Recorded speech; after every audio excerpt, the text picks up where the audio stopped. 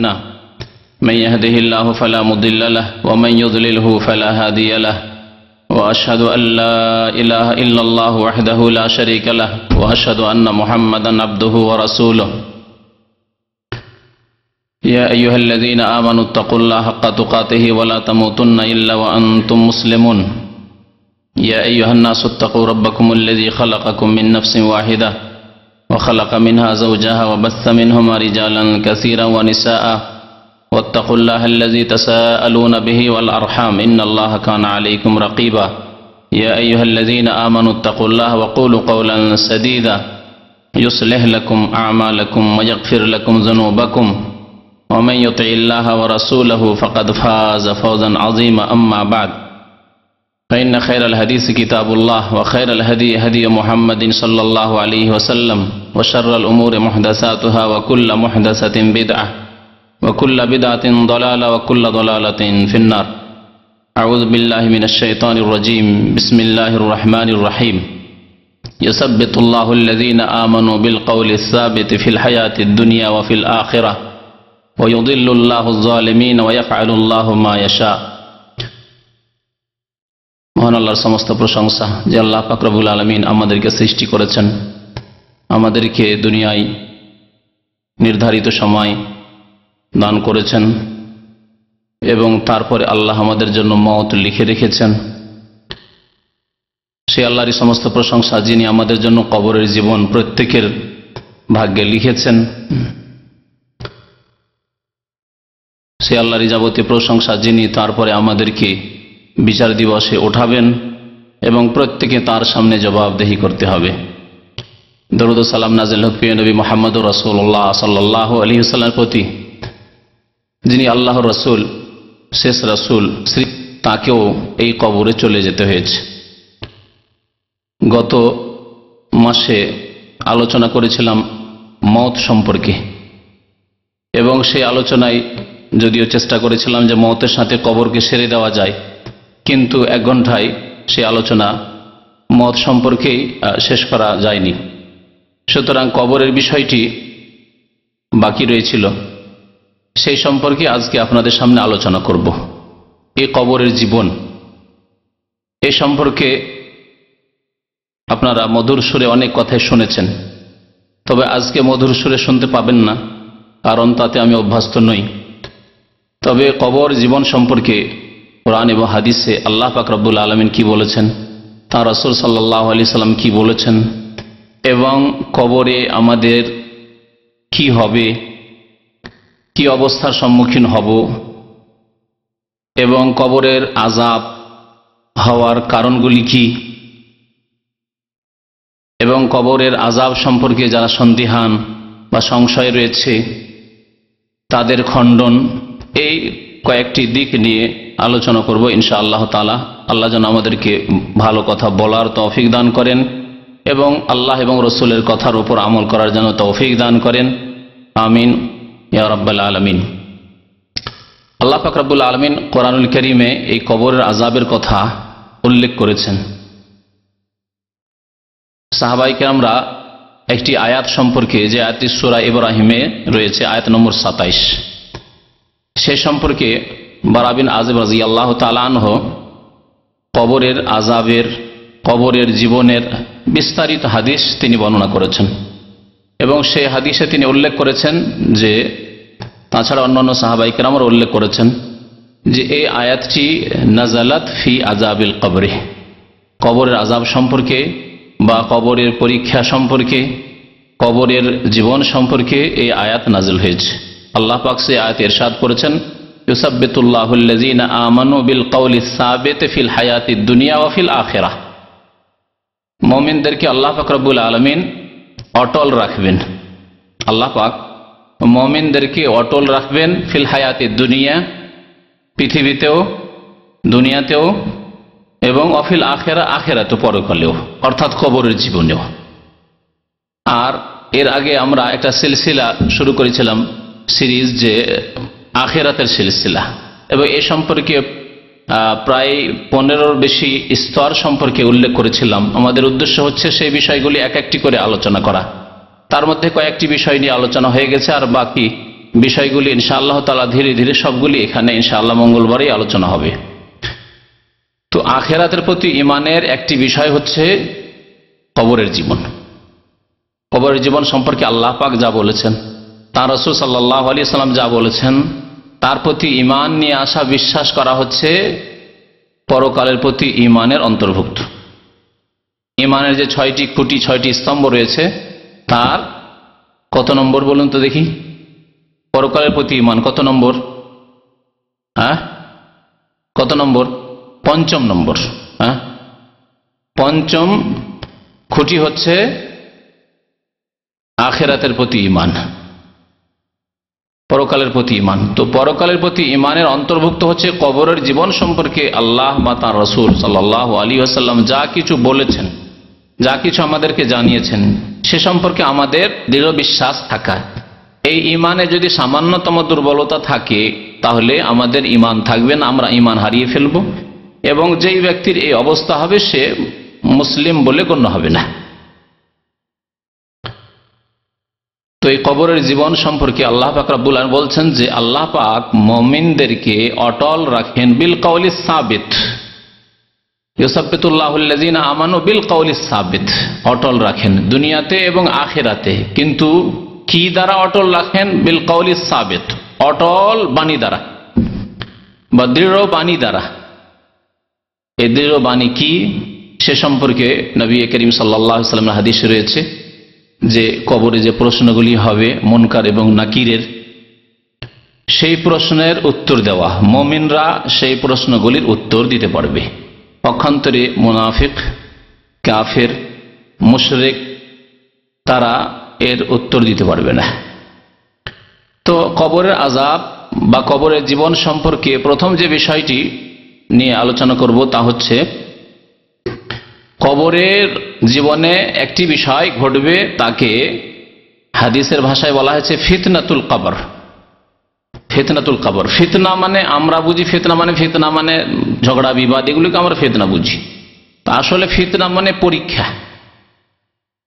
মানুষ যখন ঝগড়া বিবাদে পড়ে তাতে পরীক্ষা রয়েছে।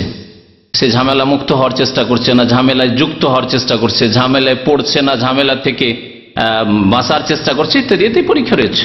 তো দুনিয়াতে যতগুলি ফিতনা রয়েছে এতে প্রথম কথা আল্লাহ পাক রব্বুল আলামিনের পরীক্ষা রয়েছে। বালা মুসিবত বিপদ আপদ রয়েছে, তাতে আল্লাহ পাক রব্বুল আলামিনের পরীক্ষা রয়েছে, যার ফলে দুনিয়ার ফিতনা বলা হয়। আর সবচেয়ে বড় ফিতনা হচ্ছে ঈমানের ফিতনা, কারণ ঈমান হারিয়ে যাওয়ার আশঙ্কা। ঈমান নেই, সে হিমশিম খাচ্ছে। মুসলিম ছিল, কি কবর মাজারে গিয়ে সেজদা করে জাহান্নামের রাস্তা ধরে নিল আর ঈমানকে নষ্ট করে দিল। মুসলিম পরিবারে জন্ম নিয়েছে, নাস্তিক হয়ে গেল, কাদিয়ানি হয়ে গেল, বিদাতি হয়ে গেল, ইত্যাদি। এগুলি হচ্ছে ঈমানের ফিতনা, আল্লাহর পরীক্ষায় পড়ে যাওয়া। এই জন্য ফিতনা মানে আরবি ভাষা আসলে পরীক্ষা। পরীক্ষার বেশ কিছু আরবি রয়েছে।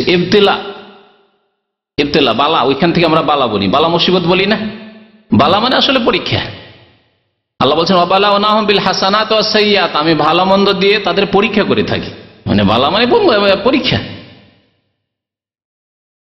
তো নবী করিম সাল্লাল্লাহু আলাইহি ওয়াসাল্লামের হাদিসে রয়েছে যে কবরের জীবনে ইবতিলা হবে, অর্থাৎ পরীক্ষা হবে। ইন্নাকুম তুফতানুনা ফিল কবর, তোমাদের সেখানে ফিতনা মানে পরীক্ষা হবে। কবরে পরীক্ষা হবে। এই পরীক্ষাকে ইমতিহান বলে, এই পরীক্ষাকে ইখতিবার বলে, বালা বলে, ফিতনা বলে, এগুলি সব পরীক্ষার অর্থে আরবি ভাষায়। তো কবরের জীবনে পরীক্ষা হবে একটি বিষয় রয়েছে। কবরের জীবনে হয় আল্লাহর নিয়ামত রয়েছে আর না হয় আযাব রয়েছে। শুধু আযাব নয়, আযাবও রয়েছে আর নিয়ামতও রয়েছে। মুমিন এবং সৎকর্মশীলদের, ঈমানদারদের জন্য, ভালো আমলকারীদের জন্য আল্লাহর নিয়ামত রয়েছে কবরে। আর যারা গুনাহগার পাপিষ্ঠ তাদের জন্য রয়েছে আল্লাহর আযাব রয়েছে কবরে। এই জন্য দ্বিতীয় যে বিষয়টি সেটি হচ্ছে কবরের জীবনে আল্লাহর নিয়ামত অথবা আল্লাহর আযাব। নাইমুল কবরি ওয়া আযাবুহু, কবরের আযাব অথবা কবরের নিয়ামত, এই দুটির একটি অবস্থা হতে পারে। আর কবরের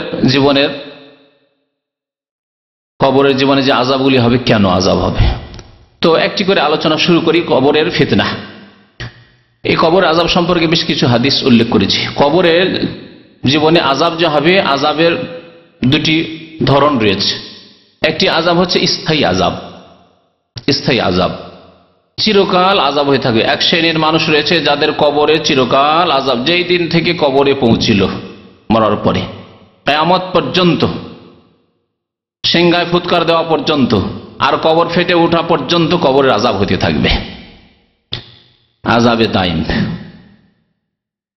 আল্লাহ পাক রব্বুল আলামিন সূরা গাফির আয়াত নম্বর 46 ফেরাউন এবং ফেরাউনের সেনাবাহিনী, ফেরাউনের অনুসারী যারা মিশরে ছিল, জালেম কাফের, তাদের সম্পর্কে, কবরের জীবন সম্পর্কে আল্লাহ এখানে উল্লেখ করেছেন। কোরআন কারিমে এই আয়াতে কবর আযাবের কথা উল্লেখ করা হয়েছে। আন্নার ইউরাদুনা আলাইহা গুদুওয়ান ওয়া আশিয়া, জাহান্নামের আগুন পেশ করা হচ্ছে গুদুওয়ান ওয়া আশিয়া, সকালে এবং বিকালে। তাহলে সকাল বিকাল অর্থাৎ সারাদিন তাদের উপর আযাব চলতি আছে জাহান্নামের আগুনের।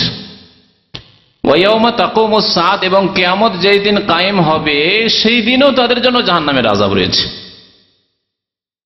তারপরে আল্লাহ পাক বলছেন আদখিলু আলা ফিরআউন আশাদ্দাল আযাব, হে আমার ফেরেশতারা তোমরা ফেরাউনের বংশধরকে, ফেরাউনের অনুসারীদেরকে, ফেরাউনের ভক্তদেরকে কঠোর শাস্তিতে দাখিল করো। আদখিলু আলা ফিরআউন আশাদ্দাল আযাব। তাহলে এই আয়াতে আল্লাহ পাক রব্বুল আলামিন যেটি লক্ষণীয় বিষয় তা হচ্ছে কিয়ামতের দিনে আযাব হবে, তার আগে এক আযাবের কথা আল্লাহ উল্লেখ করেছেন। জাহান্নামের আগুন পেশ করা হচ্ছে সকালে বিকালে, এটি কিয়ামতের আগেই। তাহলে কিয়ামতের আগের জীবন হচ্ছে কবরের জীবন, কিয়ামতের আগের জীবন হচ্ছে কবরের জীবন। তো এইভাবে আল্লাহ পাক রব্বুল আলামিন কবরের আযাবের কথা এই আয়াতে উল্লেখ করেছে। তাহলে যারা ফেরাউনের মতো চরিত্রের কাফের, মুশরিক, মুনাফিক, এমনকি বেনামাজি ভাই থাকলে কষ্ট নেবেন না, আপনার সতর্ক করার জন্য বলছি আর আপনার সংশোধনের জন্য বলছি। নবী করিম সাল্লাল্লাহু আলাইহি সাল্লাম বলেছেন, যারা নামাজ 5 ওয়াক্ত কায়েম করে না, ওয়া কানা ইয়াউমাল কিয়ামাতি মা কারুনা ওয়া ফিরআউনা ওয়া হামানা ওয়া উবাই ইবনে খালফ, বেনামাজি কিয়ামতে কার সাথে উঠবে? কারুনের সাথে উঠবে, ফেরাউনের সাথে উঠবে, হামানের সাথে উঠবে, ফেরাউনের মন্ত্রী, উবাই ইবনে খালফের সাথে উঠবে। নবী সাল্লাল্লাহু আলাইহি সাল্লামের জামানায় যে বড় শত্রু, যে নবী সাল্লাল্লাহু আলাইহি সাল্লামকে হত্যা করার চেষ্টাতে গিয়েছিল, নিজেই হত্যা হয়েছিল, এদের সাথে উঠবে। তাহলে এই আয়াতে যে আল্লাহ পাক রব্বুল আলামিন কবর আযাবের কথা উল্লেখ করেছেন, ফেরাউনের যারা অনুসারী, ফেরাউনের ভক্ত, তাদের, ফেরাউনের সাথে যারা উঠবে অর্থাৎ বেনামাজি, যে নামাজের হেফাজত করলো, ওমাল্লাম ইউহাফিজ আলাইহিন্না, যারা নামাজের হেফাজত করলো না, 5 ওয়াক্ত নামাজ কায়েম করলো না, তারা ফেরাউনের সাথে উঠবে আর অন্যান্য কাফেরদের সাথে উঠবে। তাহলে যখন ফেরাউনের সাথে উঠতে হবে, তাহলে ফেরাউনের মতো আযাব হবে, বা ফেরাউনকে যেই রকমের আযাব হবে সেই রকমের আযাব হবে। কবরের আযাব ফেরাউনের হচ্ছে, ফেরাউনের অনুসারীদের হচ্ছে, যারা বেনামাজি হবে তাদেরও হবে। সুতরাং নামাজ সম্পর্কে যাতে করে মুসলিম উম্মাহ সতর্ক হয়, কমপক্ষে মুসলিম উম্মাহ যদি মুসলিম থাকতে চায় তাহলে নামাজ কায়েম করবে। তো কবরের আযাব সম্পর্কে বেশ কিছু হাদিস রয়েছে এবং প্রত্যেকটি হাদিসে নতুন নতুন কথা রয়েছে। সুতরাং প্রত্যেকটি হাদিস থেকে যে হাদিসগুলি, কয়েকটি হাদিস উল্লেখ করছি আপনাদের সামনে। আনাস বিন মালিক রাদিয়াল্লাহু তাআলা আনহু একটি হাদিস বর্ণনা করেছে, যে হাদিসটি বুখারী মুসলিমে রয়েছে। এই হাদিসে কবর আযাব সম্পর্কে সংক্ষিপ্ত বিবরণ রয়েছে। বুখারী মুসলিমে যে হাদিসটি রয়েছে কবর আযাব সম্পর্কে বা কবরের জীবন সম্পর্কে, তাতে একটু সংক্ষেপে উল্লেখ করা হয়েছে। তাতে বলা হয়েছে যে আন্না রাসূলুল্লাহ সাল্লাল্লাহু আলাইহি ওয়াসাল্লাম قال, আল্লাহ রাসূল সাল্লাল্লাহু আলাইহি ওয়াসাল্লাম বলেন, ইন্নাল আবদা ইযা ওযিয়া ফি কবরিহি, বান্দাকে যখন তার কবরে রেখে দেওয়া হয়, কবরে যখন বান্দাকে রেখে দেওয়া হয়, বান্দা মানে আমরা আমাদের দেশের ভাষায় বান্দা মানে বুঝি মুসলিম বান্দা, তাই না? কিন্তু মানুষ মাত্রই বান্দা, এমনকি জিনও আল্লাহর বান্দা, সারা বিশ্বের সমস্ত সৃষ্টি আল্লাহর বান্দা। তো বান্দা বললে শুধু মুসলিম ভাববেন না, বান্দা মানে যে কোনো মানুষ। তবে যে মুসলিম মুমিন হয়েছে সে আল্লাহর বন্দেগী সাদরে গ্রহণ করেছে, স্বীকার করেছে আল্লাহ তোমার আমি বান্দা, আমি তোমার বন্দেগী করব, অঙ্গীকার করেছে এবং আমলে তা পরিণত করেছে। আর যে কাফের, যে মুশরিক, যে বেদিন, যে নাস্তিক, যে বেনামাজি, সে এই আল্লাহর বন্দেগীকে অস্বীকার করেছে অথবা তাতে অবহেলা করেছে, সে আল্লাহর বন্দেগী করেনি। কিন্তু যেই ক্ষেত্রে তার ক্ষমতা চলে না, সেখানে আল্লাহর যে নীতিমালা রয়েছে, সৃষ্টিগত নীতিমালা, সেই মোতাবেক চলতে বাধ্য। মুখে খায়, চোখে দেখে, হাতে ধরে, পায়ে চলে, এ হচ্ছে আল্লাহর বন্দেগী, গোলামি।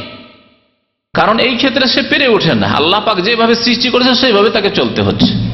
কিন্তু এই বন্দেগী দিয়ে সে মুক্তি পাবে না যতক্ষণ পর্যন্ত স্বেচ্ছায় খুশি হয়ে অন্তর থেকে খুলুসিয়াতের সাথে আল্লাহর ইবাদত বন্দেগী না করবে।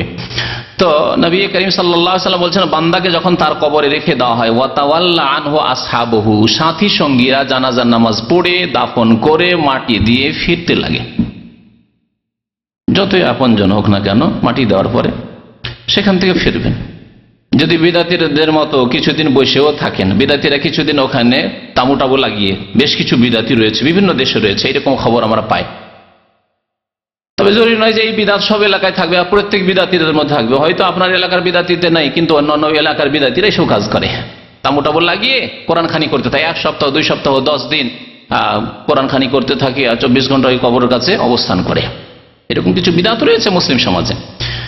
তো যখন সাথী সঙ্গীরা সেখান থেকে দাফন করে ফেরত হয়, সাথে সাথে ফেরেশতাগণ চলে আসেন প্রশ্ন করার জন্য, আর এসে তাকে উঠিয়ে বসিয়ে দেন ফেরেশতাগণ। এত তাড়াতাড়ি দ্রুত এই কাজটি হয় যে নবী করিম সাল্লাল্লাহু আলাইহি ওয়াসাল্লাম বলছেন, ওয়া ইন্নাহু লা ইয়াসমাউ কারআনি আলাইহিম। বুখারী মুসলিমের হাদিসে রয়েছে যে সময় উঠিয়ে বসানো হয় তখন লোকেরা যে ফিরে চলে যাচ্ছে তাদের জুতো স্যান্ডেলের আওয়াজ শুনতে পায়, যে আমাকে রেখে আমার আব্বা চলে গেল, আমার ভাইরা চলে গেল, আমার দোস্ত বন্ধু চলে গেল, সবাই চলে গেল আমাকে রেখে। জুতোর আওয়াজ শুনতে পায়, স্যান্ডেলের আওয়াজ শুনতে পায়। আতাহু মালাকানে ফায়ুকঈদানি, নবী করিম সাল্লাল্লাহু আলাইহি ওয়াসাল্লাম বলছেন যে 2 ফেরেশতা চলে আসেন। অন্য হাদিসে রয়েছে আহাদুহুমা ইউকালু লাহু মুনকার। মুনকার আমাদের দেশের লোকেরা কি বলে? মুনকির নাকির, সোজা ভাষায়। আসলে মুনকির নাকির নয়, মুনকার আর নাকির। তো 2 ফেরেশতা আসেন আর এসে বসিয়ে দেন ওই লোককে। তারপরে প্রশ্ন শুরু হয়। প্রশ্ন কি হয়? এই প্রশ্ন, বিস্তারিত প্রশ্নের উল্লেখ করা হয়েছে নবী করিম সাল্লাল্লাহু আলাইহি ওয়াসাল্লামের আরেকটি হাদিসে, যা বারা বিন আযিব রাদিয়াল্লাহু তাআলা আনহু বর্ণনা করেছেন। সুতরাং বিস্তারিত একসাথে আপনাদের সামনে উল্লেখ করি। নবী করিম সাল্লাল্লাহু আলাইহি ওয়াসাল্লাম একদিন এক জানাজায় গেলেন, আর জানাজায় আনসারীদের জানাজা ছিল। কোন এক আনসারী ইন্তেকাল করেছিল। জানাজায় গিয়ে বলছেন সাহাবারা, যে ফান্তাহাইনা ইলাল কবরে, আমরা কবরের কাছে পৌঁছিলাম আর এখনো দেখছি যে কবর প্রস্তুত করা হয়নি। ওয়ালাম্মা ইউলহাদ, এখনো কবর প্রস্তুত করা হয়নি। কবর সম্পর্কে আপনাদের অবগতির জন্য বলছি যে কবর 2 প্রকারের হয়, একটা হচ্ছে লাহাদ আর একটা হচ্ছে আপনার শাক। নবী সাল্লাল্লাহু আলাইহি ওয়াসাল্লাম আল্লাহাদু লানা ওয়া শাক্কু লিগাইরিনা, সন্দুক কবর একটাকে বলে, ওটা হচ্ছে শাক। সন্দুক কবর মানে বক্সের মতো, বাক্সর মতো যে কবর তৈরি করা হয়। আমাদের দেশের মাটি যেহেতু নরম, সেই জন্য সন্দুক কবরই করতে হয়, বক্সের মতোই করতে হয়। আর আরেকটি কবর হচ্ছে বাঁকা কবর, লাহাদ মানে বাঁকা হয়ে থাকে, মাটিটাকে বাঁকা করে খনন করা হয়। নরম মাটি, মসৃণ মাটি, যেখানে দোআঁশ মাটি, এই মাটি ভুসড়ে পড়ে যাবে। সেই জন্য সাধারণত আমাদের দেশের অনেকে এই কবর কথা যায় না। আরব দেশের মাটি যেহেতু পাথরের মাটি, শক্ত মাটি, সেই জন্য এই দেশে অধিকাংশ ক্ষেত্রেই দেখা যায় যে এরা লাহাদ করে। এবং নবী করিম সাল্লাল্লাহু আলাইহি ওয়াসাল্লামের যে মোবারক কবর রয়েছে, এটি কি ধরনের কবর রয়েছে বলতে পারেন? বক্স কবর রয়েছে, সন্দুক কবর রয়েছে, না লাহাদ কবর রয়েছে বাঁকা হয়ে? 2 রকম কবর কেউ দেখেছেন কি? দেখেছেন? হ্যাঁ, তাহলে তো বুঝতে পারছেন। তো নবী করিম সাল্লাল্লাহু আলাইহি ওয়াসাল্লামকেও কবর দেওয়া হয়েছে। তাঁর কবর কেমন ছিল?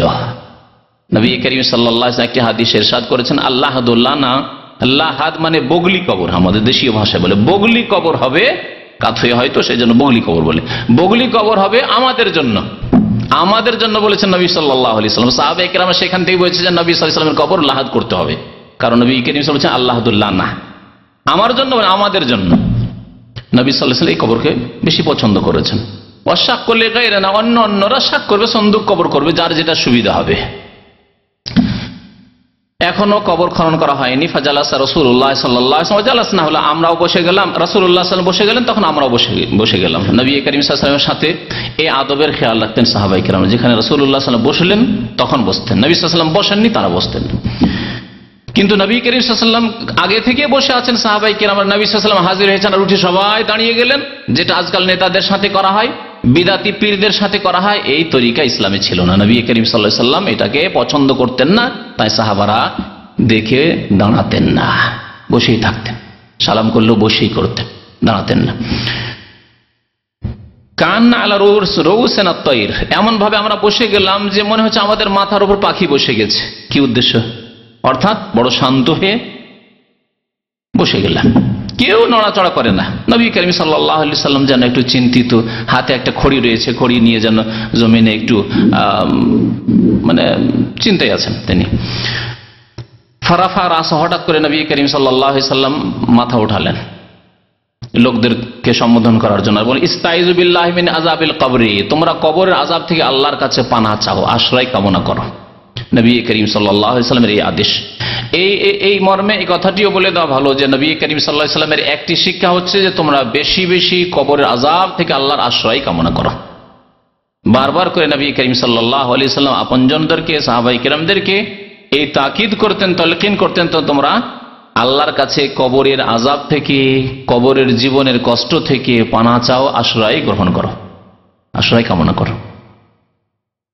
এই জন্য নবী করিম সাল্লাল্লাহু আলাইহি ওয়াসাল্লাম বড় তাকিদের সাথে বলেছেন যে তোমরা নামাজের শেষে যখন আত্তাহিয়াত, তাশাহুদ শেষ হয়ে যাবে, যখন নবী সাল্লাল্লাহু আলাইহি ওয়াসাল্লামের উপর সালাত পেশ করা, আল্লাহুম্মা সাল্লি আলা মুহাম্মদ শেষ হবে, ইন্নাকা হামিদুম মাজিদ শেষ হয়ে যাবে, সালামের পূর্বে নবী করিম সাল্লাল্লাহু আলাইহি ওয়াসাল্লাম তাকিদ করেছেন একটি দোয়া পড়তে, যাতে বলেছেন মুসলিম শরীফের হাদিসে রয়েছে, তাআওয়াযু বিল্লাহি মিন আরবা, তোমরা চারটি বিষয় থেকে আল্লাহর আশ্রয় গ্রহণ করবে, আল্লাহর কাছে আশ্রয় কামনা করবে।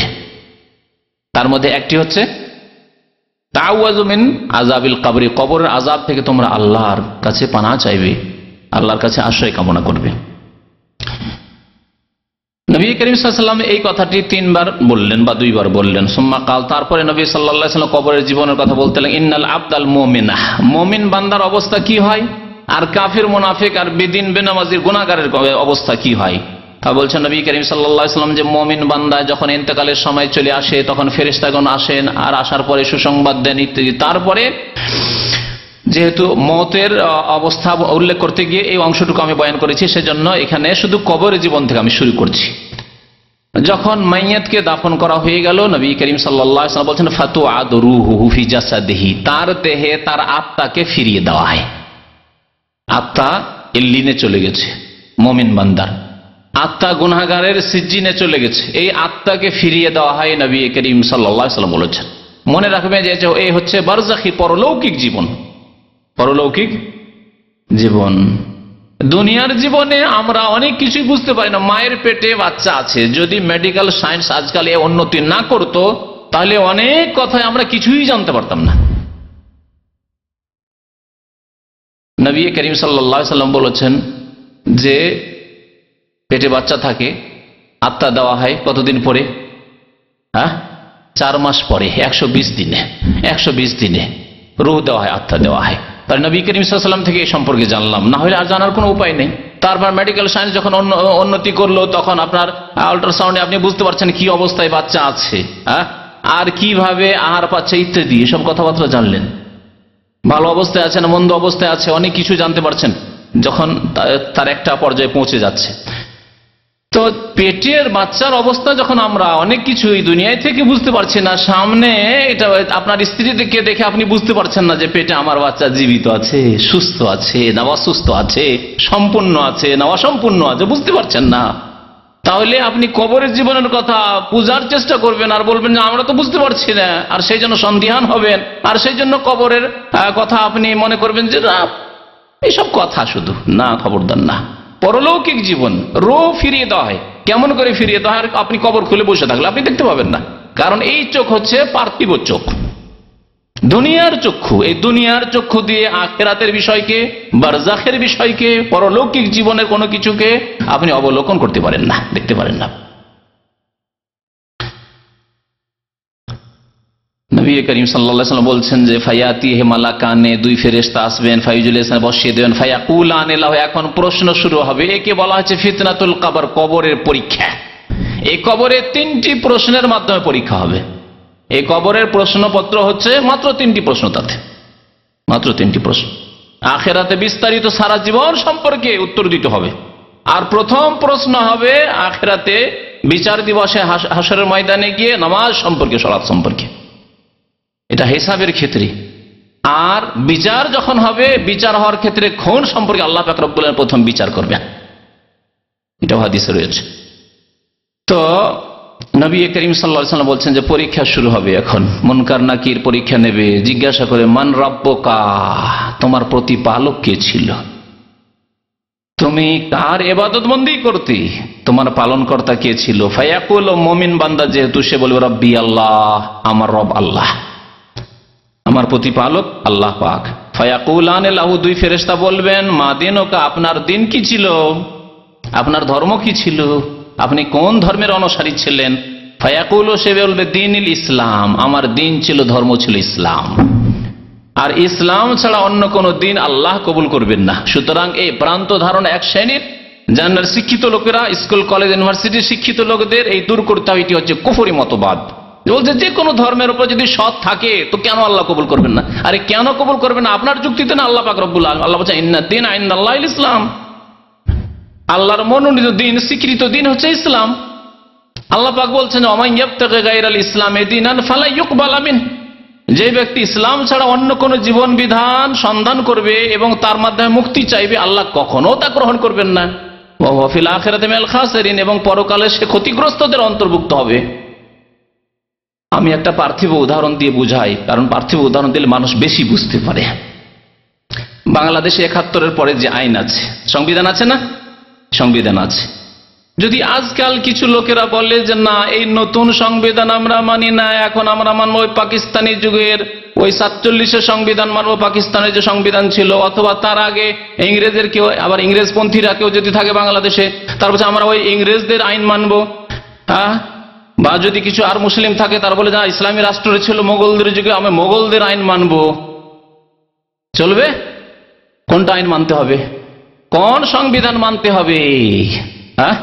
যেই সংবিধান বর্তমান চলছে, আগের সংবিধানগুলিকে রহিত করে দেওয়া হয়েছে, দেশ থেকে বিদায় করে দেওয়া হয়েছে, সেই সংবিধান মানতে চাইবেন আপনি দেশদ্রোহী হবেন।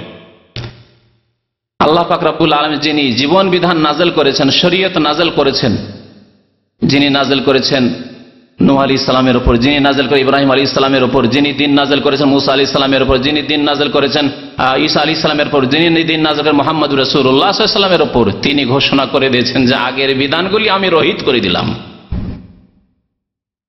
রহিত করে দিলাম, সেগুলি মানলে তুমি আল্লাহদ্রোহী হবে, আর আসামের কাঠগড়ায় তোমাকে দাঁড়াতে হবে, জাহান্নামে তোমাকে যেতে হবে। সুতরাং মুক্তি নেই। আল্লাহ পাক বলছেন যে কিয়ামত পর্যন্ত আমার যে বিধান চালু থাকবে, বলবৎ থাকবে, সেই বিধান হচ্ছে দ্বীন ইসলাম। ইন্নাদ-দীনা ইনদাল্লাহিল ইসলাম।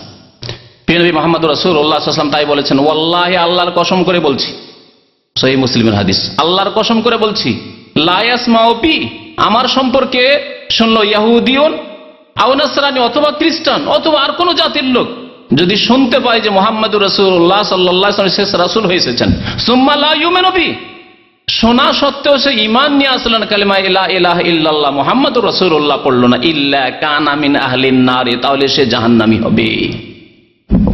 যতই সৎ হোক না কেন, যতই ভালো মানুষ হোক না কেন, যতই চরিত্রবান হোক না কেন, ইল্লা কানা মিন আহলিন নার, নবী করিম সাল্লাল্লাহু আলাইহি ওয়াসাল্লাম ইরশাদ করেছেন।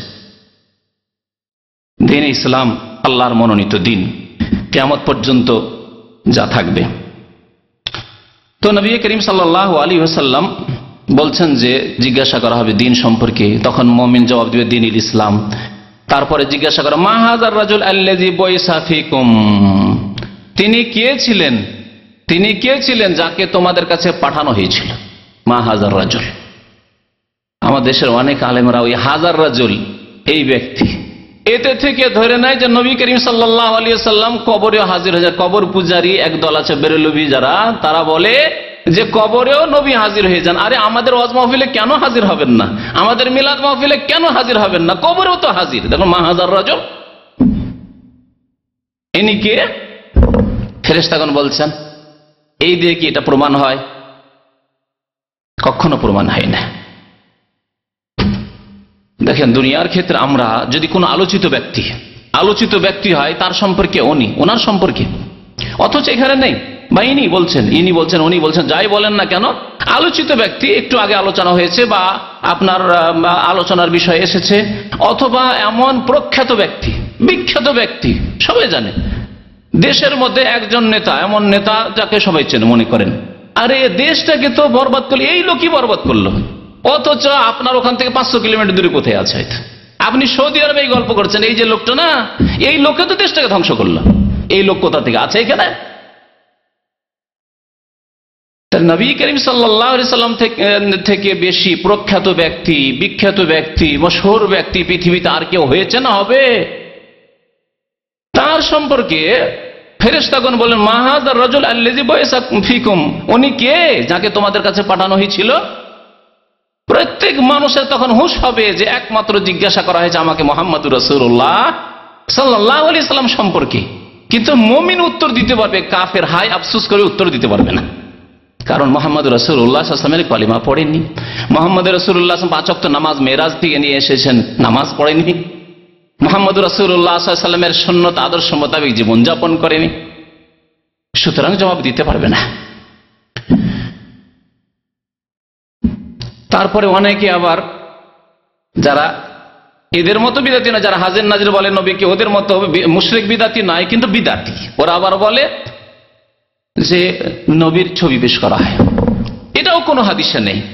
কবর সম্পর্কে আলোচনা শুনতে আমাদের দেশের অনেক বক্তারা বলে যে নবী করিম সাল্লাল্লাহু আলাইহি সাল্লামের ছবি পেশ করা হয়, আর বলে মা হাযার রাজুল আল্লাযী বুইসা ফীকুম, এরও কোনো প্রমাণ নেই। এই হাজা ছাড়া আর কোনো বেশি প্রমাণ নেই। সুতরাং এর দ্বারা এই কথা সাব্যস্ত করা যায় না নবী করিম সাল্লাল্লাহু আলাইহি সাল্লামের কবরে পেশ করা হবে, দৃশ্য পেশ করা হবে, আর বলা হবে যিনি কে, না, আল্লাহ ভালো জানে সম্পর্কে। তবে যে কোনো প্রখ্যাত ব্যক্তি সম্পর্কে উনি কে বলে জিজ্ঞাসা করা যেতে পারে, যদিও তিনি সেখানে উপস্থিত নন। মুমিন বান্দা কি বলবে? হুয়া রাসূলুল্লাহ সাল্লাল্লাহু আলাইহি, তিনি মুহাম্মদ রাসূলুল্লাহ সাল্লাল্লাহু আলাইহি ওয়াসাল্লাম। ফায়াকুলান লাহু, আরেকটি প্রশ্ন করবে, খুশি হয়ে ফেরেশতাগণ প্রশ্ন করবে, ওমা ইলমুকা বিহাযার রাজুল, তুমি জানলে কি করে, তুমি জানলে কি করে এই সব উত্তরগুলি? ফায়াকুল, বলবে কারাতু কিতাবাল্লাহ ফাআমানতু বিহি ওয়া সাদ্দাকতু, আমি আল্লাহর কিতাব পড়েছিলাম, কোরআনে কারীম পড়েছিলাম। কালকার যে কোরআন পড়া যারা তেলাওয়াত করতে পারেন, শুধু আরবি তেলাওয়াত করেই কি উত্তর দেওয়া যাবে? না কোরআনের অর্থ বুঝতে হবে, তাফসীর বুঝতে হবে? হ্যাঁ, শুধু আপনি আরবি পড়তে পারেন আর কোন রকম মানে তেলাওয়াত করতে পারেন, তা পড়েই বুঝে নিয়েছেন কোরআন? না, তাহলে বোঝা গেল যে কারাতু কিতাব, আল্লাহর কিতাব পড়েছি মানে তার তেলাওয়াতও পড়েছি, তাফসীরও পড়েছি, অর্থও পড়েছি, বুঝেছি, তা দিয়ে জেনেছি, এই উত্তরগুলি জেনেছি যে আমার রব আল্লাহ, আমার দিন ইসলাম, এবং আমার নবী মুহাম্মদ সাল্লাল্লাহু আলাইহি ওয়াসাল্লাম। আল্লাহর কিতাব আমরা পড়েছিলাম, ফাআমানতু বিহি, ওর প্রতি ঈমান নিয়ে এসেছিলাম, ওয়া সাদ্দাকতু, এবং বিশ্বাস করেছিলাম। ফায়ুনাদি মুনাদি মিনাস সামায়, আকাশ থেকে একজন ডাক দেবে, আল্লাহর ফেরেশতা আল্লাহর পক্ষ থেকে ডাক দেবে, আন সাদাকা, অথবা আল্লাহ পাক রব্বুল আলামিন ডাক দেবেন, যেমন বলেছে আন সাদাকা আবদি, আল্লাহ পাক ডাক দেবেন আন সাদাকা আবদি, আমার বান্দা, হে মুনকার নাকির, আমার বান্দা সত্য বলেছে, ঠিক বলেছে উত্তর। ফাফরিশুহু মিনাল জান্নাহ ওয়ালবাসুহু মিনাল জান্নাহ ওয়াফতাহু লাহু বাবান ইলাল জান্নাহ, সুতরাং এর জন্য জান্নাতের বিছানা বিছিয়ে দাও। ফারশ, ফাফরিশুহু মিনাল জান্নাহ, জান্নাতের বিছানা বিছিয়ে দাও। ওয়ালবাসুহু মিনাল জান্নাহ, জান্নাতের লেবাস পোশাক পরিয়ে দাও।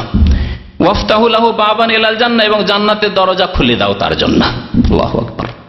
মুমিন বান্দা ভাগ্যবান, খুশনসিব। নবী করিম সাল্লাল্লাহু আলাইহি ওয়াসাল্লাম বলেন ফায়াতিহি মিন রাওহিহা ওয়া তিবিহা, জান্নাতের দরজা যখন খুলে দেওয়া হবে, কবরে রয়েছে, মাটিতে শুয়ে আছে, আর জান্নাতের সুগন্ধি আসছে, জান্নাতের সুগন্ধি আসতে আছে, আরামদায়ক জীবন।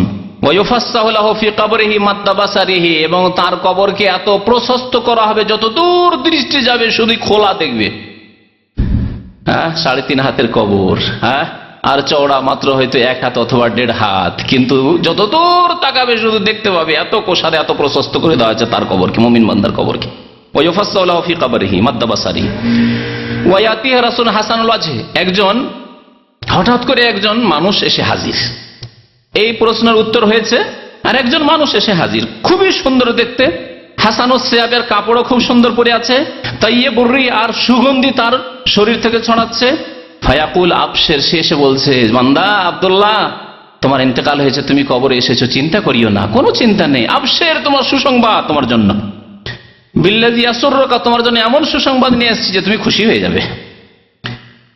তো তোমার সাথে এই ওয়াদাই করা হয়েছে। ফায়াকুল মান আনতা, তুমি কে? আমার কাছে এখানে আসলে তুমি কোথা থেকে আসলে, কে তুমি? ফাওয়াজহুক, বলছেন নবী করিম সাল্লাল্লাহু আলাইহি ওয়াসাল্লাম, ফাওয়াজহুক আল ওয়াজহু ইয়াজি বিল খাইর, তোমার এই মোবারক চেহারাটা আমার জন্য কল্যাণ নিয়ে এসেছে।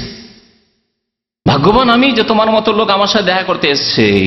তখন সে সুন্দর মানুষ বলবে, মানুষের রূপ ধরে এসে বলছে, আনা আমালুকা সালেহ, আমি তোমার নেক আমল, আমি তোমার নামাজ, আমি তোমার রোজা, আমি তোমার কালেমা, আমি তোমার ঈমান, আমি তোমার মাতা পিতার খেদমত, আমি তোমার হজ, আমি তোমার উমরা, আমি তোমার যাকাত ইত্যাদি সাদকা খায়রাত। ফায়াকুল রব্বি আকিমিস সাহ, আর এই বলা খুশিতে আর কি করবে দিশেহারা হয়ে যাবে, বলবে আল্লাহ আরে কবরে রেখে কি হবে, আল্লাহ তাড়াতাড়ি কিয়ামত করো। রব্বে আকিমিস সাহ, আল্লাহ তাড়াতাড়ি কিয়ামত কায়েম করো, তাহলে তো জান্নাতে যেতে পারো। জান্নাতের সুগন্ধি আসছে, জান্নাতের লেবাস পোশাক দেওয়া হচ্ছে, সরাসরি জান্নাতে যাবো। আল্লাহ তাড়াতাড়ি কিয়ামত হোক, তাড়াতাড়ি কিয়ামত হোক। হাত্তায়ের আরজা ইলা আহলি ওয়া মালি, যাতে করে আমার পরিবারকে আমি পেয়ে যাই, আমার ধন সম্পদ পেয়ে যাই, অর্থাৎ আমার ধন সম্পদ যে রয়েছে, আমার নিয়ামত যে জান্নাতে রয়েছে, তা আমি পুরোপুরি পেয়ে যাব। আল্লাহ তাড়াতাড়ি কিয়ামত কায়েম করো। নবী করিম সাল্লাল্লাহু আলাইহি ওয়াসাল্লাম বলছেন, ওয়াইনাল আবদাল কাফের, কাফের বান্দা, কাফের মুনাফিক মুশরিক। অন্য হাদিসে রয়েছে বুখারী শরীফে যে মুনাফিক মুশরিক তো যে কোনো এমন পাপিষ্ট হোক না কেন, ফাতুআদু রূহু ফি জাসাদিহি, তার দেহে তার আত্মা ফিরিয়ে দেওয়া হয়, ফেরেশতা আসে, তারপর জিজ্ঞাসা করে, ওই প্রশ্নগুলি করে, মান রাব্বুকা, তোমার রব কে? উত্তরে বলে হা হা লাদ্রি, আফসোস আফসোস, আক্ষেপ আক্ষেপ, লাদ্রি, কিছুই জানি না, কিছুই জানি না। বুখারী শরীফের এই হাদিসটিতে একটু পার্থক্যের সাথে রয়েছে, মুনাফিকরা বলবে সামিতুন নাসা ইয়াকুলুনা কাযা ফাকুলতু কাযা, আমি কিছু জানি না তেমন, তবে লোকদেরকে শুনতাম যারা নামাজ রোজা করতো, তাদের কাছে শুনতাম যে এইরকম বলে যে আল্লাহ নাকি আছে, তারপরে আমাদের দিন নাকি ইসলাম, আর 5 ওয়াক্ত নামাজ ফরজ, এরকম বলতো তারা। আর বলতো যে আমাদের নবী নাকি মুহাম্মদ সাল্লাল্লাহু আলাইহি সাল্লাম। নাস্তিক লোকেরা, মুনাফিক লোকেরা যারা মুসলিম সমাজে বসে আছে কিন্তু আসলে তারা মুসলিম নয়, এই ধরনের লোকেরা মুনাফিকরা বলবে। জি, নবী করিম সাল্লাল্লাহু আলাইহি ওয়াসাল্লাম বলছেন যে মা দীনুকা, জিজ্ঞাসা করে তোমার ধর্ম কি, বলবে হা হা লাদ্রি, আফসোস, কিছুই জানি না, কিছুই বলতে পারি না। ফায়াকুলান ফাল্লাহু, জিজ্ঞাসা করবে মা হাযার রাজুল আল্লাযী বুইসা ফীকুম, তোমাদের মাঝে যে একজন ব্যক্তিকে পাঠানো হয়েছিল তিনি কে ছিলেন, বলবে হা হা লাদ্রি, কিছুই জানি না। ফায়ুনাদি মুনাদি মিনাস সামায়ে, আকাশ থেকে ডাক দাও, আল্লাহর পক্ষ থেকে ডাক দাও, আনকাযাবা আনকাযাবা, এখানে আল্লাহ আমার বান্দা বলবেন না, আনকাযাবা আব্দি বলবেন না। আল্লাহ এত সন্তুষ্ট এই কাফেরের উপর, মুনাফিকের উপর, মুশরিকের উপর, জালেমের উপর, গুনাহগারের উপর, যে আল্লাহ বলবেন যে আমার বান্দা ভুল বলেছেন না। ওই মুমিনের ক্ষেত্রে আল্লাহ পাক কিন্তু ডাক দিবেন আন সাদাকা আবদি, আমার বান্দা সত্য বলেছে। আর এখানে বলবে আন কাযাবা, মিথ্যা কথা বলেছে, বান্দা বলে আল্লাহ স্বীকার করবেন না। দেখেন আপনার যদি 2-4-5টি ছেলে থাকে আর একটা খুব প্রিয় থাকবে, এটা আমার ছেলে, তাই না? আর যেগুলি নাফরমান, বিরুদ্ধাচরণ করে, দুষ্টামি করে, বেশি বদমাইশি করে, কথার বাইরে চলে যায়, এ আমার ছেলেই নয়। স্ত্রীকে বলছেন যে এটা তোমার, আমার নয়, তাই না? আল্লাহ পাক রব্বুল আলামিন বান্দা বলবেন না ওই মিথ্যুককে, আনকাযা, মিথ্যা বলেছি। লাদ্রি, জানে না, এই কথা মিথ্যা, আসলে জেনেছে, তার কাছে খোঁজ খবর ছিল, দিন ইসলাম সম্পর্কে খবর ছিল, আল্লাহ সম্পর্কে খবর ছিল, সে জানতো যে মুহাম্মদুর রাসূলুল্লাহ সাল্লাল্লাহু আলাইহি ওয়াসাল্লাম, কে জানে না আজকে সারা বিশ্বে মুহাম্মদুর রাসূলুল্লাহ সাল্লাল্লাহু আলাইহি ওয়াসাল্লামের ব্যক্তিত্বকে। আল্লাহ পাক ডাকে ফাফরিশুহু মিনান নারে, তার জন্য জাহান্নামের বিছানা বিছিয়ে দাও, ওয়ালবাসুহু মিনান নারে, জাহান্নামের লিবাস পোশাক পরিয়ে দাও, ওয়াফতাহু লাহু বাবান ইলান নার, জাহান্নামের দরজা তার জন্য খুলে দাও, ফায়াতিহি মিন হাররিহা ওয়াস সামুমিহা, জাহান্নামের তাপ আসতে থাকবে, জাহান্নামের বিষাক্ত হাওয়া আসতে থাকবে, লু হাওয়ার মতো। জাহান্নামের হাওয়া লোহার সাথে তুলনাই করা যায়। ওয়ায়ুযায়্যাকু আলাইহি কবরুহু, আর কবরকে সংকীর্ণ করে দেওয়া হবে, এমন সংকীর্ণ করা হবে, আর কবরে চেপে ধরবে। নবী করিম সাল্লাল্লাহু আলাইহি ওয়াসাল্লাম বলেছেন হাত্তা তাখতালিফা আদলাহু, তার যে হাড়গুলো রয়েছে, এই পাঁজরার হাড়গুলি রয়েছে, এই দিকের হাড় এই দিকে চলে যাবে, ডান দিকের হাড় বাম দিকে চলে যাবে, বাম দিকের হাড় ডান দিকে চলে যাবে। আল্লাহু আকবার। আল্লাহ যেন আমাদেরকে কবর আযাব থেকে হেফাজত করেন, আল্লাহ আমাদেরকে কবর আযাব থেকে যেন নাজাত দেন, জাহান্নামের আযাব থেকে নাজাত দেন। ওয়ায়াতিহি রাজুলুন কাবিহুল ওয়াজহি, একজন খারাপ চেহারা নিয়ে আসে, বিকট চেহারা নিয়ে আসে। প্রশ্ন হয়ে গেল ফেল, বিকট চেহারা নিয়ে একজন এসেছে, মানুষের রূপ ধরি, কাবিহা সিয়াবে, আর নোংরা ময়লা কাপড় পরে এসেছে, মুনতেনরি, আর একবারে দুর্গন্ধ ছড়াচ্ছে, সড়া গন্ধ আসছে। ফায়াকুল আবশির, তোমার জন্য সুসংবাদ নিয়ে এসেছি, কিন্তু বিল্লাযী ইয়াসুকা, সেই সুসংবাদ তোমাকে খুব খারাপ লাগবে। তোমার জন্য এমন সংবাদ নিয়ে এসেছি যে সংবাদ তোমার জন্য দুঃখজনক সংবাদ।